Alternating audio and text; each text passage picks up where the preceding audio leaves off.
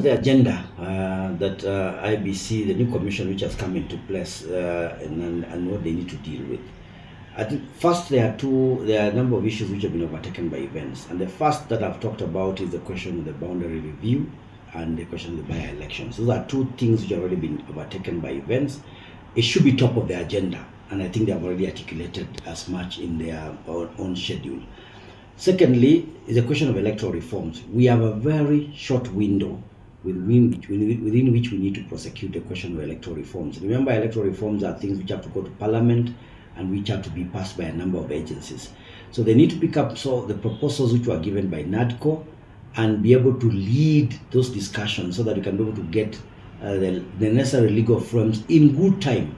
One of the NADCO proposals talks about the question of having at least 2 years or 1.5 years before the election.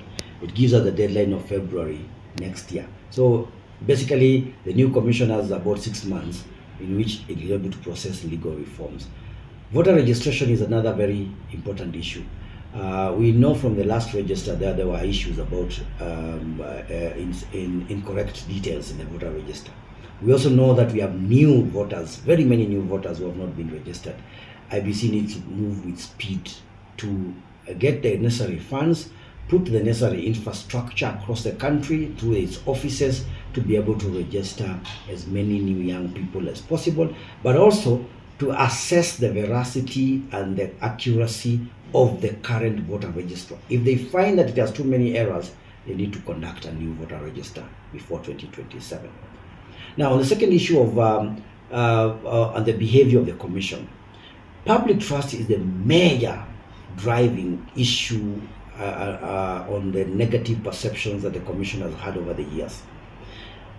I want to say that if the behavior of the commission, if the commission expresses a negative or adverse behavior, it will also influence the believability of the outcomes that will be prosecuted by the systems that it will put in place to conduct and manage the elections and electoral processes in this country.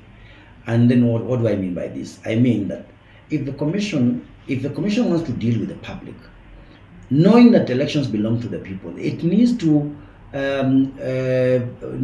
process it. To have the demeanor of a people-led and a people supporting oriented election commission.